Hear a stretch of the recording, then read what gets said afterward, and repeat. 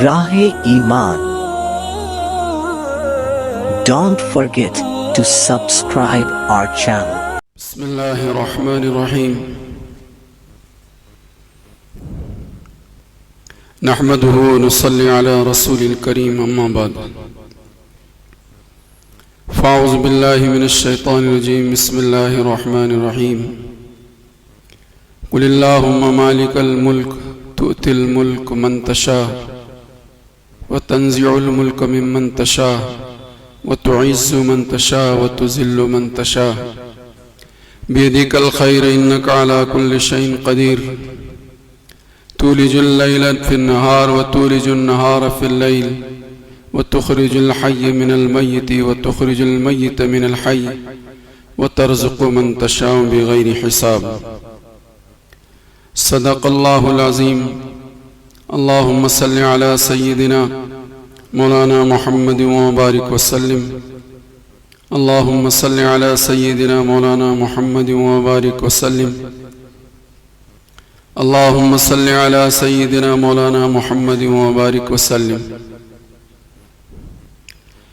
بزرگان محترم، عزیزان گرامی، دوستو اور عزیز ساتھیو، خدا کی طاقت اور خدا کی قدرت وراء الورا ہے. جیسے اس کی ذات وراء الورا ہے، اس کی طاقت و قدرت بھی وراء الورا ہے. اس کو سمجھنے اور سمجھانے کا کوئی حق ادا نہیں کر سکتا. تاہم ہم سب کو اپنی اپنی بساط کے بقدر اللہ کو سمجھنے اور سمجھانے کا پابند اور حکم دیا گیا ہے. خدا کرے کہ ہم اللہ کو سمجھیں، اللہ کو پہچانیں، اس کی قدرت و طاقت کو سمجھیں اور پہچانیں. اللہ پاک نے اپنی قدرت کو سمجھانے کے لیے بے شمار اپنی نشانیاں انسانوں کے سامنے بکھیر دی ہیں، جن کو دیکھ کر بھی کسی نہ کسی درجے میں اللہ کی قدرت کا احساس اور اس کی طاقت کا استحضار ہم سب کو ہوتا ہے. لیکن شرط یہ ہے کہ ہم غور و فکر کریں. قرآن کریم کی جو آیت کریمہ میں نے آپ حضرات کی خدمت میں پڑھی ہے، مشہور آیت کریمہ ہے، بارہا آپ سنتے رہتے ہیں. پیارے نبی صلی اللہ علیہ وسلم کو یہ حکم ہے، آپ کہہ دیجئے کہ اللہم مالک الملک، اے اللہ آپ مالک الملک ہیں. قل اللہم مالک الملک، آپ مالک الملک ہیں. تؤتی الملک من تشاء، آپ جس کو چاہتے ہیں ملک عطا کر دیتے ہیں. تؤتی الملک من تشاء وتنزع الملک ممن تشاء، اور جس سے چاہتے ہیں آپ چھین لیتے ہیں. یہ آپ کی قدرت ہے، یہ آپ کی طاقت ہے. فعال لما یرید، اللہ کی قدرت تو وہ ہے کہ جو ارادہ کرتے ہیں وہ کر گزرتے ہیں. اور اللہ کی طاقت اور قدرت یہ ہے کن فیکون، اللہ کہتے ہیں کہ ہو جا تو ہو جاتا ہے. اللہ کی ذات، اللہ کی قدرت کسی کی محتاج نہیں. دنیا کی ساری طاقتیں اور قوتیں اور ساری مخلوق اللہ کی محتاج ہے، لیکن اللہ کسی کے محتاج نہیں. تمام کوششوں کے باوجود، تمام محنتوں کے باوجود، تمام چاہتوں کے باوجود، دن کو رات اور رات کو دن کرنے کے باوجود انسان اپنی مشیت کو پورا نہیں کر سکتا الا یہ کہ خدا کی مشیت اس کے ساتھ شامل حال ہو. یہ اللہ نے جگہ جگہ، ایک جگہ نہیں انیک جگہ بتا دیا.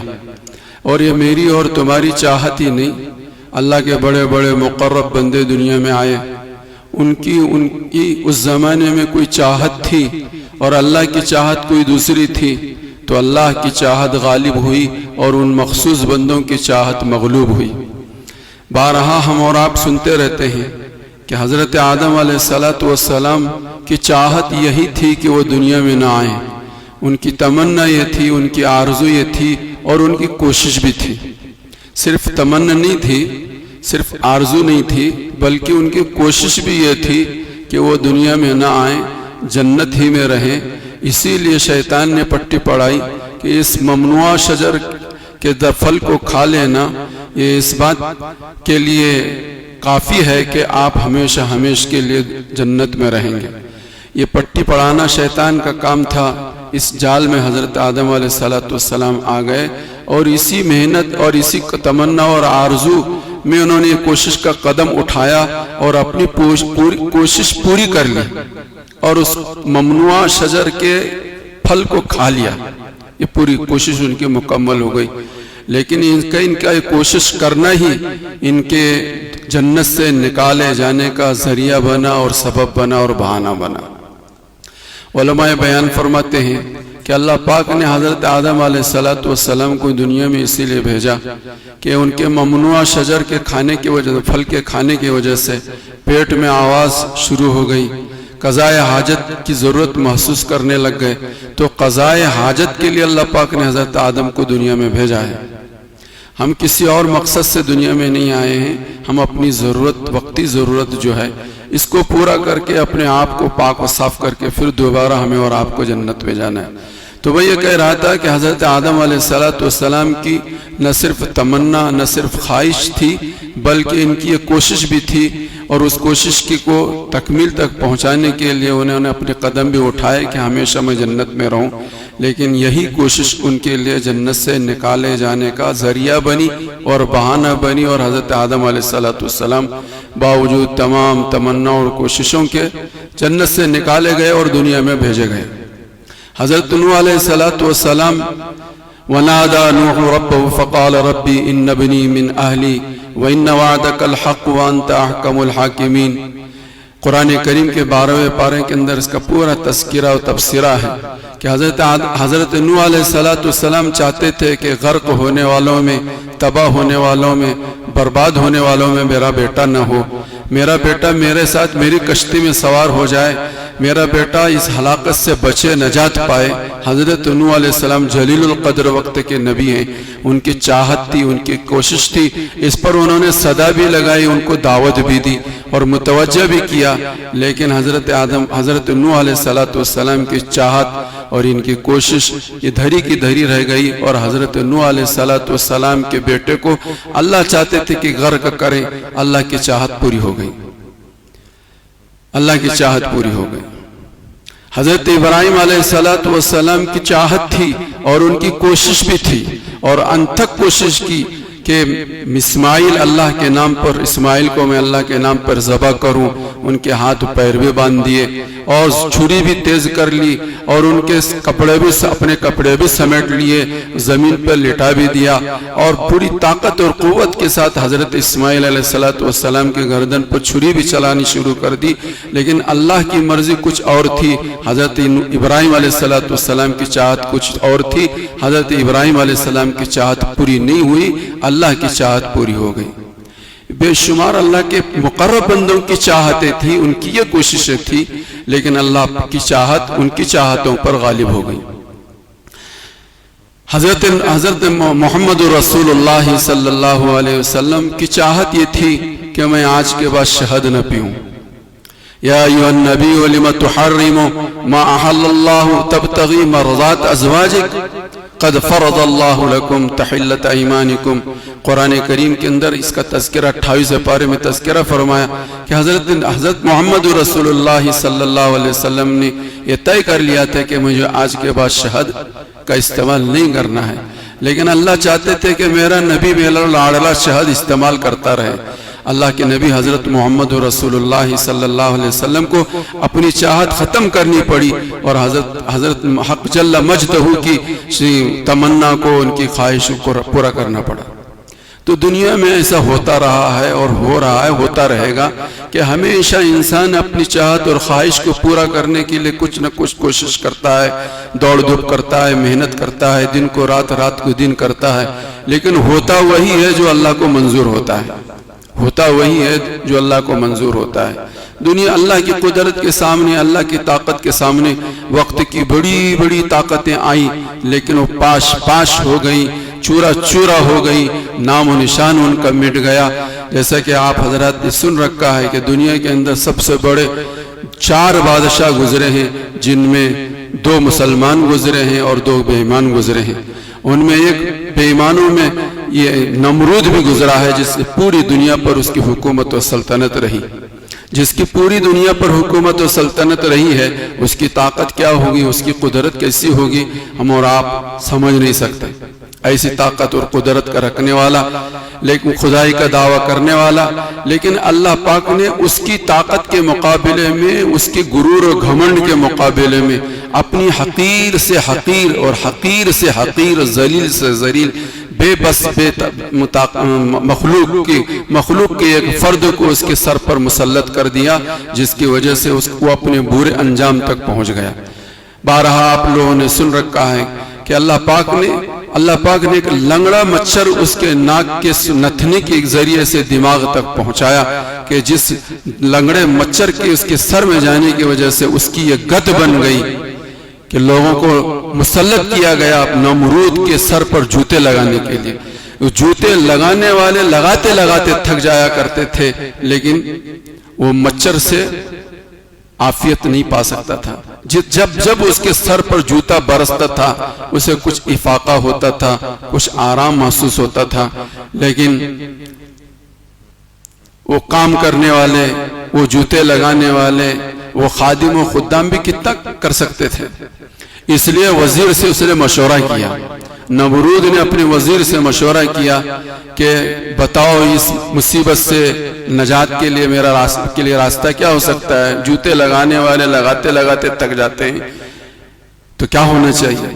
تو وزیر نے نمرود سے کہا کہ بادشاہ سلامت، آپ کے پاس ملنے جلنے والے بہت لوگ آتے ہیں اور مسلسل آتے رہتے ہیں، کیوں نہ ایسا کر لیں ہم کہ بجائے ان کو اس زمانے کی سلامی کے جو رواج تھا، اس سلامی کے اس رواج کے بجائے ہم ان کو لیے یہ منتخب کر دیں، قانون پاس کر لیں حکومت کی طرف سے، آج کے بعد سے بادشاہ کی سلامی یہی ہے کہ ہر آنے والا 2-4 جوتے نمرود کے سر پر لگائے، یہی سلامی ہے۔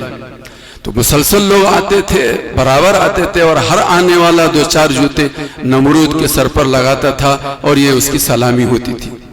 تو میرے بھائیوں، بزرگوں، دوستو، دنیا میں ہمیشہ نمرود آتے رہے ہیں اور آج بھی آ رہے ہیں، قیامت تک آتے رہیں گے، اور ان نمرودوں کو ان کے برے انجام تک پہنچانے والے میں اور آپ نہیں ہیں۔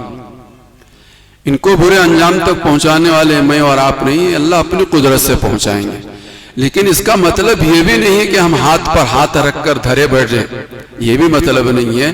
اس کے لیے اللہ پاک نے ہمیں اور آپ کو کوشش کا مکلف بنایا ہے، کوشش کا مکلف بنایا۔ وہ کوشش مجھے اور آپ کو سب کو کرنی ہے، کہ جس کے نتیجے میں اللہ ہماری اور آپ کے آخرت سنواریں گے۔ دنیا تو جیسی بنے گی، جو کچھ ہونا ہوگا، لیکن اللہ پاک ہماری ان کوششوں کی وجہ سے، ہماری صلاحیتوں کے لگانے کی وجہ سے، ہماری قربانی کی وجہ سے، ہمارے جان و مال کو لگانے کی وجہ سے اللہ ہماری دنیا بھی بہتر بنائیں گے اور آخرت بھی بہتر بنائیں گے۔ اس لیے میرے بھائیوں، بزرگوں، دوستو، بار بار آپ حضرات کی خدمت میں بات کہی جا رہی ہے کہ اس موقع پر ہم سب کے لیے جہاں اور کوششوں کی ضرورت ہے، سب سے زیادہ اس وقت جو انابت اللہ، رجوع اللہ کی ضرورت ہے۔ پیارے نبی حضرت محمد رسول اللہ صلی اللہ علیہ وسلم بدر کے میدان میں پہنچے ہیں، 313 ہیں، سامنے 1000 کا لشکر ہے، صرف 2 گھوڑے ہیں، چند تلواریں ہیں، اور سامنے سارے ساز و سامان کے ساتھ لیس ہیں۔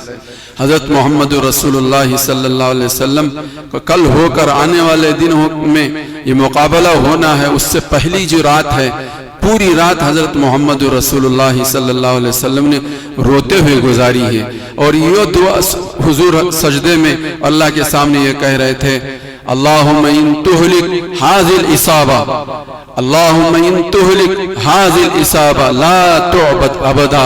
اللہ، یہ مختصر چھوٹی سی جماعت، بے کس بے بس بے سہارا، یہ چھوٹی سی جماعت اگر یہ ہلاک ہو گئی تو قیامت تک تیری عبادت کرنے والا روئے زمین پر کوئی نہیں ہوگا، قیامت تک روئے زمین پر تیری عبادت کرنے والا کوئی نہیں ہوگا۔ میرے بھائیوں، بزرگوں، دوستوں، نہیں بالکل قریب ملتے جلتے حالات ہمارے اس ملک کے ہیں، ہمارے اس ملک کے ہیں۔ یہ بے کسی اور بے بسی کی حالت میں اس وقت اس ملک کے مظلوم جو زندگی گزار رہے ہیں، آنے والے دنوں میں گمبھیر حالات سے ان کا خدا نہ کرے اور ہزار بار نہ کرے سامنا ہے۔ ایسے موقع پر ہم سب کو خدا کی طرف متوجہ ہونے کی ضرورت ہے۔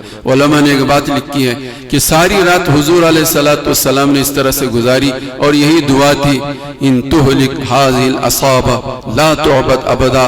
اللہ یہ مختصر سی جماعت آج ہلاک ہو گئی، قیامت تک روئے زمین پر تیری عبادت کرنے والا کوئی نہیں ہوگا۔